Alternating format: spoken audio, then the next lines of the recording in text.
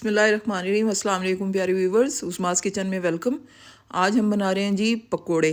ये बेसन मैंने एक प्याली ले ली है, लेकिन इसमें से हम थोड़ा यूज़ करेंगे। ये 2 प्याज हैं, एक बड़ा था और एक छोटा। इसको मैंने ज़रा मोटा मोटा काटा है। और ये 2 आलू दरमियाने साइज़ के थे, इनको मैंने इस तरह बारीक और लंबा काट लिया है। ठीक है, मोटे नहीं हैं, ये बारीक कटे हुए हैं। और मसाले कुछ इस तरह हैं। ये साबुत धनिया, ये अनारदाना, ये बताऊंगी आपको कि इनका क्या करना है हमने। नमक और ज़ीरा है, ये अजवाइन, ठीक है। और ये कुटी हुई लाल मिर्च, ये धनिया है, सब्ज़ धनिया, इसको मैंने बारीक काट लिया। सब्ज़ मिर्चें हैं 2, इनको मैंने बारीक काट लिया। और ये सब्ज़ प्याज है, इसको भी मैंने बारीक काट लिया। और ये चटनी के लिए मैं आपको बताती हूँ कि क्या क्या हमारे पास है। धनिया है, ग्रीन चिली, इसको मैंने 3 है, इसको बारीक काट लिए। ये 2 लहसुन की कलियाँ, इसको मैंने इस तरह काट ली है। ये पुदीना, और ये आधा इंच उसका अदरक का टुकड़ा था, और थोड़ा सा ज़ीरा डलेगा इसके अंदर। पहले हम चटनी बना लेते हैं, ताकि पकोड़े फिर गरम गरम, चटनी पहले से ही मौजूद होगी तो हम पकोड़े गरम गरम देते जाएंगे। तो इसको मैंने ये हैंड ब्लेंडर में इसको कर लेती हूँ, ठीक है। इसको मैं, लोग दही डाल के इसको पीसते हैं, मैं दही से नहीं पीसती हूँ, क्योंकि जो बचती है उसको फिर फ्रीज़ कर देती हैं दही से, फिर उसका जायका ख़राब हो जाता है। ये 1/4 चाय का चम्मच इसमें ज़ीरा जाएगा।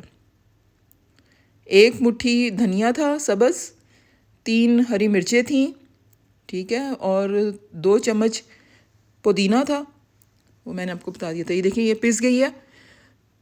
और नमक मैंने नहीं डाला, आपने ये भी देखा होगा। नमक इसलिए नहीं डालते हैं कि वो पानी छोड़ देती है, ठीक है। चटनी जब हम इसको फ्रीज़ करते हैं, या वैसे भी अपनी मर्ज़ी के मुताबिक फिर हम इसमें नमक डाल सकते हैं।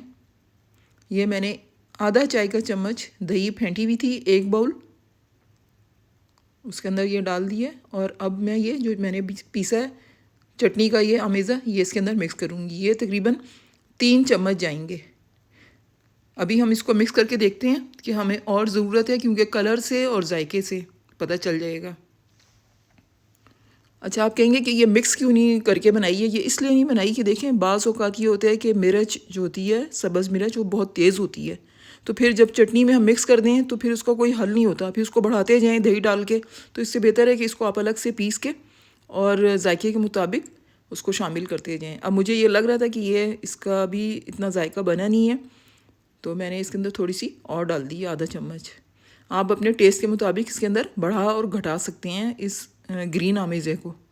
और बाकी जो बचे इसको हम फिर फ्रीज़ कर देंगे। नेक्स्ट टाइम फ़ौरन हम इसको झटपट चटनी बना लेंगे। तो चटनी तो बन गई, चले हम पकोड़े बनाते हैं। इसके लिए सबसे पहले आपने क्या करना है, अनारदाने को ज़रा सा पीस लेना है, क्योंकि अगर मैं और चीज़ों के साथ पीसती तो ये सब चीज़ें बहुत बारीक हो जाती हैं अनारदाने की वजह से। तो इसको ज़रा सा मोटा मोटा कूट लिया। तो फिर अब इसके अंदर साबुत धनिया 1 चम्मच, अनारदाने के 2 चम्मच थे, साबुत धनिया का 1 चम्मच, और ज़ीरा जो है आधा चम्मच है चाय का, क्योंकि ये फिर कड़वा कर देता है ज़्यादा डालें तो। अजवाइन भी 1/4 चम्मच है चाय का, ये खुशबू के लिए होती है। और इसको हमने सिर्फ हल्का सा चलाना है, ठीक है, मोटा मोटा ही हमने करना है। ये देखिए, ये पिस गया।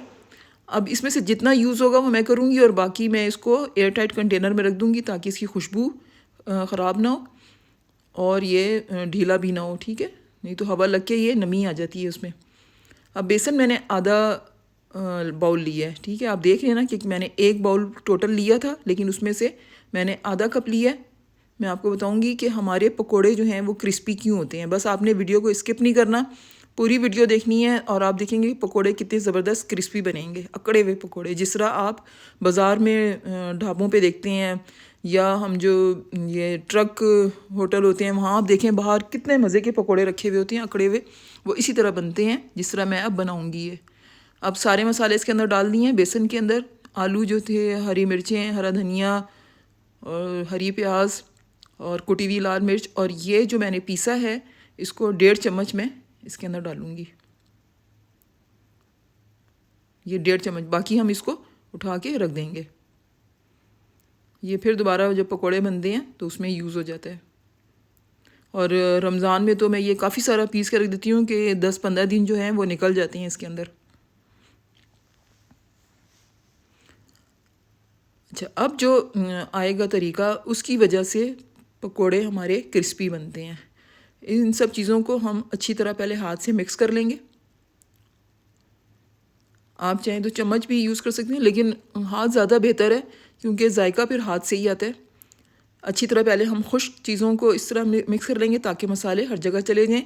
और अब थोड़ा थोड़ा सा पानी डाल के इसको गाढ़ा करेंगे। बहुत ज़्यादा पानी एकदम नहीं डालना, बिल्कुल थोड़ा थोड़ा। अच्छा जी, आप ये देखें कि जो मैं आपको बता रही थी कि बाज़ार में क्रिस्पी पकोड़े कैसे बनते हैं, वो इस तरह बनते हैं कि जब ये अमेज़ा आप सारी चीज़ों को इकट्ठा कर लेते हैं तो फिर थोड़ा सा ऊपर खुश्क बेसन हम डालेंगे इसके। उससे क्या होता है कि बहुत क्रिस्पी पकोड़े बनते हैं। अगर आप बेसन घोल के उसके अंदर सारी चीज़ें डालेंगे तो कभी भी आपके पकोड़े जो हैं इस तरह क्रिस्पी नहीं बनेंगे। वो बिल्कुल आराम फरमाएंगे, लेटे लेटे से और सोए सोए लेज़ी से पकोड़े बनेंगे, मज़ा नहीं आएगा। कड़क पकोड़े बनाने का तरीका यही है कि बेसन के अंदर बग़ैर पानी डाले आप सब चीज़ें शामिल करके और फिर उसका आमेज़ा बनाएं और फिर बाद में थोड़ा सा बेसन ऊपर खुश्क डाल के इन सबको मिक्स कर दें। ये इतने लजीज पकोड़े बनते हैं कि क्या बाज़ार के हैं जो घर में बनते हैं। साथ ही मैंने इलायची और गुड़ वाली चाय का पानी भी रख दिया है। पानी में मैंने इलायची डाल दी थी और एक गुड़ की डली लेके उसको छोटा कूट के और वो मैं चाय में डाल दूँगी। मौसम इतना खूबसूरत हो रहा है, बारिश हल्की हल्की सी हो रही है, तो दिल क्या पकोड़े बनाते हैं और गुड़ वाली चाय बनाते हैं।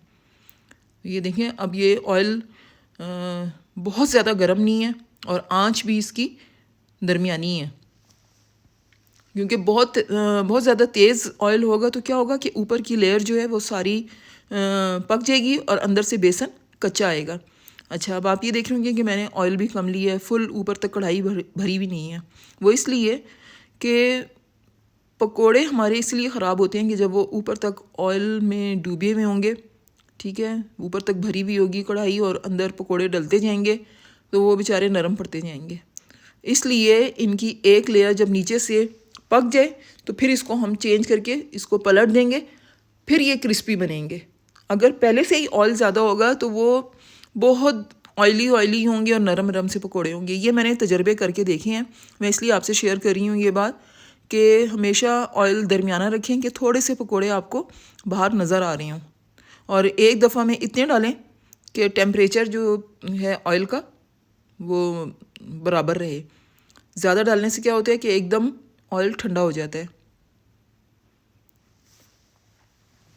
और ये सारी इंग्रेडिएंट्स जो हैं वो मैंने डिस्क्रिप्शन में दे दिए हैं, आप वहाँ से भी देख सकते हैं कि कितनी कम चीज़ों से इतने क्रिस्पी बिल्कुल बाज़ार जैसे पकोड़े। अच्छा, अब इस टाइम पे आपने इनको बिल्कुल पलटना नहीं है। इनको पहले एक लेयर इसकी जो नीचे की जो तय है वो उसको ज़रा पकने दें। अगर अभी मैं इसको पलट दूंगी तो क्या होगा, ये बेसन ऊपर भी कच्चा है और दरमियान से भी, साइडों से भी कच्चा है, तो ये सब चिपक जाएंगे आपस में और टूट जाएंगे। जो खूबसूरती है पकौड़ों की वो नहीं आएगी। अभी इसको थोड़ी देर पकने दें, ये तकरीबन 5-6 मिनट इसको फ्राई होने दें इसी ऑयल में। इसी तरह ही जब हम देखेंगे कि ये हमें नज़र आने शुरू हो रहे हैं पकोड़े, तो फिर हम इनको पलटना शुरू कर देंगे। जब हम शुरू में डालते हैं तो ये झाग बनते हैं तो पकोड़े नज़र नहीं आते हैं, लेकिन जब ये पकना शुरू होते हैं तो ये नज़र आना शुरू हो जाते हैं और अलग अलग हो जाते हैं। ये बस छोटी छोटी टिप्स हैं जो बस हम कहते हैं कि हमें आ जाएं तो हमारे काम आसान हो जाते हैं। देखिए, अब इनको मैं पलट रही हूँ ताकि अब इनका गोल्डन कलर आने तक ये फ्राई होते रहें। देखिए, बिल्कुल भी नहीं जले हैं और कच्चापन भी नहीं रहेगा। और इस तरह जो मैं पकोड़े बनाती हूँ इसमें बेसन भी कितना कम खर्च होता है, क्योंकि अच्छी बात तो नहीं ना कि ज़्यादा बेसन हम खा रहे हों, बीच में से कच्चा भी रह जाता है तो पेट ख़राब होने का डर होता है। तो इस तरह जब हम सब्ज़ियाँ काट के पकोड़े बनाते हैं, मिक्स सब्ज़ी यानी प्याज और इसके आलू के, तो क्या होता है कि बेसन इसमें कम इस्तेमाल होता है और पकोड़े क्रिस्पी बनते हैं और ये दोनों चीज़ें फ्राई होके गल भी जाती हैं, क्योंकि आलू बहुत मोटे नहीं कटे हुए हैं, बारीक कटे हुए हैं और प्याज तो वैसे ही गल जाती है। इसको अच्छी तरह छान लेंगे और एक इस तरह फिर दोबारा से डाल के मैं इसको पकने रख दूँगी। और इतने फिर मैं चाय भी तैयार करती हूँ, क्योंकि हमें कड़क चाहिए चाय, सर्दियों वाली, और भीगे हुए मौसम वाली चाय, गुड़ वाली चाय की तो क्या बात है। आप यकीन करें, जो इलायची और गुड़ की खुशबू उठ रही है ना, मज़ा आ जाएगा। ये शाम को मैं बनाती हूँ, बहुत मज़ा आता है इस चाय का, गुड़ वाली चाय का। आप यकीन करें, ऐसा लगता है कि धुआं धुआं सी चाय नहीं होती है जो हम ढाबों पे पीते हैं, उस वाली चाय का जायका आता है। जब पत्ती अच्छी तरह पक जाए तो दूध इसमें डाल दिया और इसके बाद मैं इसको थोड़ा सा फेंटूंगी। चाय अगर फेंटी भी हो ना और पक्की भी हो सही, तो फिर बहुत ही मज़ा करती है। इसको हम जब उबाल आ जाएगा तो इसको थोड़ी सी पत्ती डाल के और इसको मैं फेंटूंगी थोड़ी देर, कि इसका कलर आ जाए और पत्ती की खुशबू गुड़ और इलायची के साथ बाहर निकल रही है। आप यकीन करें कि बहुत बहुत प्यारी खुशबू उठ रही है चाय की। तो बस आप भी ये बनाइए और फिर मुझे फ़ीडबैक लाजमी दीजिएगा मेरे कमेंट सेक्शन में कि आपको कैसी लगी। चलें जी, हमारी चाय अब तैयार हो गई है। अब मैं इन सब चीज़ों को डिश आउट करती हूँ। देखिए मैंने जी बना लिए थे, अब मैंने लगा दिए टेबल पे। ये कितने क्रिस्पी और कितने कड़क किस्म के पकोड़े और कितनी कड़क चाय और साथ मज़ेदार ग्रीन चटनी। उम्मीद है आपको पसंद आएगी और आप ज़रूर बनाएंगे।